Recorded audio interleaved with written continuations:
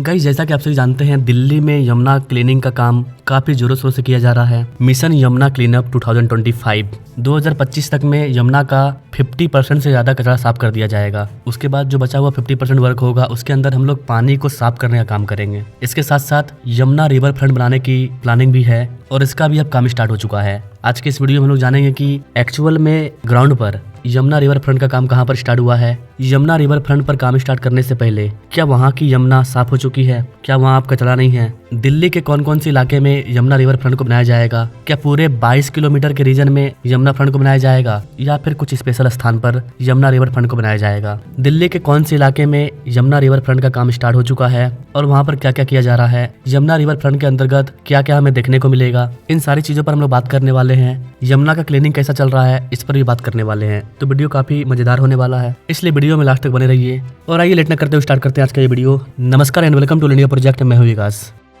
मैं आपको चौथे उपहार के रूप में ये कहना चाहती हूँ कि माँ यमुना का जो अविरल रूप है वो आपको समय के साथ बेहतर, सुंदर और बेहतर दिखाई देना शुरू होगा।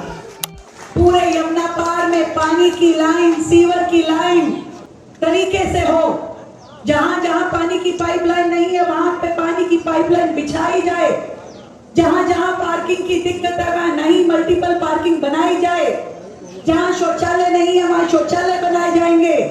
इतना विश्वास दिलाती हूं कि आपकी ये मुख्यमंत्री दीदी ना डरेगी, ना थकेगी, ना हारेगी। जब तक दिल्ली को दिल्ली के अधिकार ना मिल जाए वो आपके साथ संघर्ष करती रहेगी।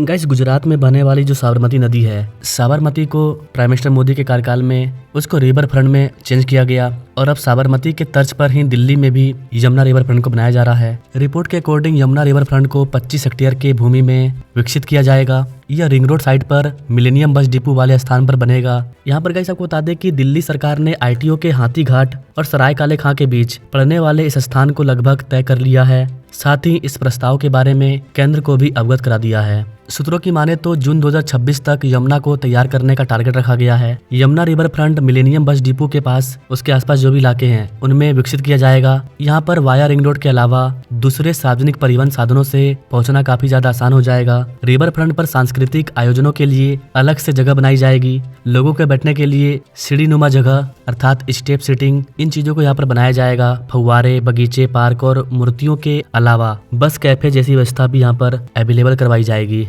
इसके अलावा गाइस आधिकारिक सूत्रों की माने तो दिल्ली सरकार यमुना रिवर फ्रंट को गुजरात के साबरमती रिवर फ्रंट के तर्ज पर विकसित करना चाहती है। इसके लिए सिंचाई एवं बाढ़ नियंत्रण जो मंत्री है परवेश वर्मा, इनके नेतृत्व में एक टीम गुजरात दौरे पर भी जाने वाली है। अभी मानसून का सीजन चल रहा है, मानसून के बाद वो लोग गुजरात दौरे पर जाएंगे, जहाँ पर वो लोग यमुना रिवर फ्रंट को देखेंगे, समझेंगे, उसको स्टडी करेंगे एंड देन उसी के तर्ज पर दिल्ली के यमुना रिवर फ्रंट को तैयार किया जाएगा। हम यहाँ पर ये भी देखते थे कि 2023 में हमने देखा दिल्ली में फ्लड सिचुएशन आ गई थी, जहाँ पर सुप्रीम कोर्ट तक पानी पहुँच गया था। मगर अभी जो हमने कदम उठाए हैं, मैं दिल्ली के लोगों को ये आश्वस्त करना चाहता हूँ कि दिल्ली में दोबारा फ्लड सिचुएशन नहीं आने देंगे। पहले जैसे गेट सारे बंद रहते थे, ITO बैराज पर हमने देखा कि गेट बंद हो जाते थे। वो सारे गेटों की मरम्मत, सारी ऑयलिंग, जहाँ जहाँ पे दीवारें हमको और ऊंची करनी थी वहाँ पर हमने गेट्स को और ऊंचा किया है। मगर दोबारा फ्लड सिचुएशन दिल्ली में नहीं आएगी, ये हमारी सरकार का संकल्प है।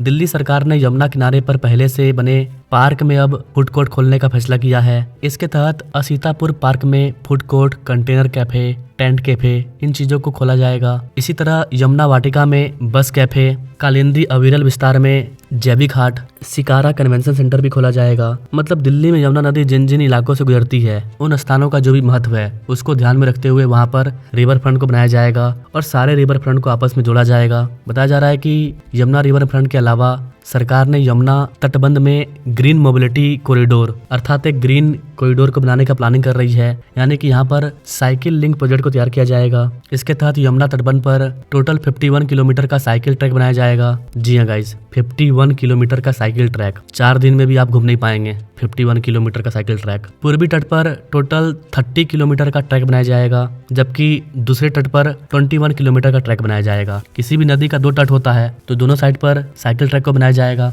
इससे पूरे यमुना के किनारे साइकिल के जरिए सफर किया जा सकेगा। लोग मॉर्निंग वॉक में यहाँ पर रनिंग भी कर सकते हैं, साइकिल भी चला सकते हैं। इन चीजों पर पहले से ही काम स्टार्ट हो चुका है।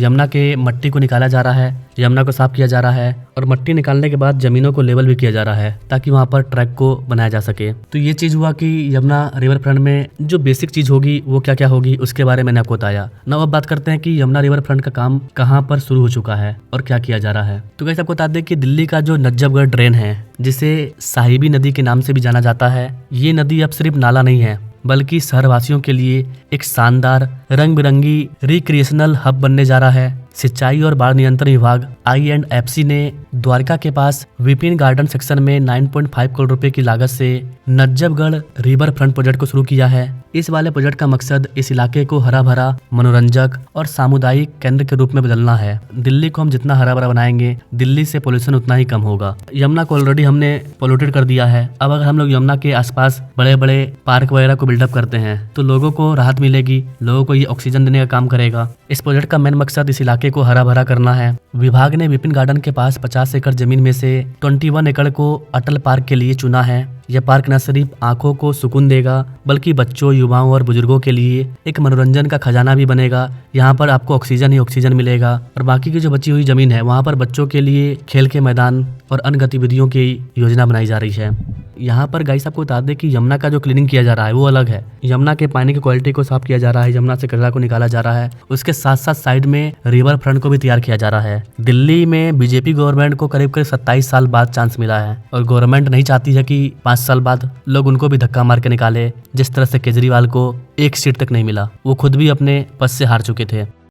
हमें 5 साल दीजिए, 5 साल में यमुना को इतना खूबसूरत बना देंगे कि आप अपने बच्चों के साथ पिकनिक मनाने के लिए यमुना के तट पर जाना शुरू करेंगे। 5 साल के अंदर अपने को ऐसे करना है कि दिल्ली के एक एक व्यक्ति को यमुना के तट के ऊपर लाना है और एक एक व्यक्ति को यमुना के लिए गौरवान्वित महसूस करवाना है कि हाँ, दिल्ली में जो यमुना बह रही है वो हमारी अपनी यमुना है और ये दिल्ली की लाइफलाइन है। अगले चुनाव के पहले, ये वाला चुनाव नहीं, 5 साल के अंदर अगले चुनाव के पहले आपके सारे गांव को ले जाके उसमें डुबकी लगवा दो। यमुना को साफ किया जाएगा और जैसा मैं अक्सर कहता हूं कि 5 साल तो लगेंगे लेकिन 5 साल के अंत में आपको सबको यमुना में डुबकी तो जरूर लगवा दूंगा।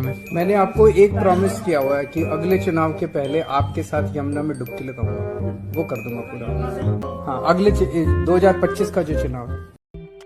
तो ये चीज़ ना हो इसके लिए काफ़ी जोरों से काम किया जा रहा है। दिल्ली को स्वच्छ बनाया जा रहा है और बताया जा रहा है कि 6 महीने के अंदर ये वाला प्रोजेक्ट जिसको तैयार किया जा रहा है इसको पूरा कर लिया जाएगा। तब दिल्ली वासियों को एक नया आउटिंग डेस्टिनेशन मिल जाएगा। इसके अलावा ऐसा बता दें कि हरियाली से भरा लैंडस्केप पार्क इसको भी बनाया जा रहा है। करीब 10,000 से ज्यादा यहाँ पर पौधे को लगाया जाएगा, जिनमें आपको नीम, अमलतास, गुलमोहर, शीशम, महुआ और आंवला जैसे देसी पेड़ देखने को मिलेंगे, जो कि काफी बड़ी मात्रा में ऑक्सीजन प्रदान करते हैं। इसके अलावा कई सारे एडवांटेज हैं, जैसे कि वॉकिंग ट्रैक्स और गजेबो को बनाया जाएगा। करीब 4200 वर्ग मीटर के क्षेत्र में कोटा स्टोन से बने रास्ते और गजेबो को तैयार किया जाएगा, जहां पर आप सुकून से टहल पाएंगे। ना ओवरऑल देखा जाए तो यमुना रिवर फ्रंट का काम काफी तेज गति से आगे बढ़ चुका है। इसके अलावा यमुना को क्लीनिंग करने का काम भी काफी तेज गति से आगे बढ़ चुका है। यमुना को किस तरह से क्लीनिंग किया जा रहा है, कौन कौन से इलाके में यमुना को कितना क्लीन किया गया है, अगर आप उसके बारे में अलग से अपडेटेड वीडियो चाहते हैं तो आप हमें कमेंट कर सकते हैं।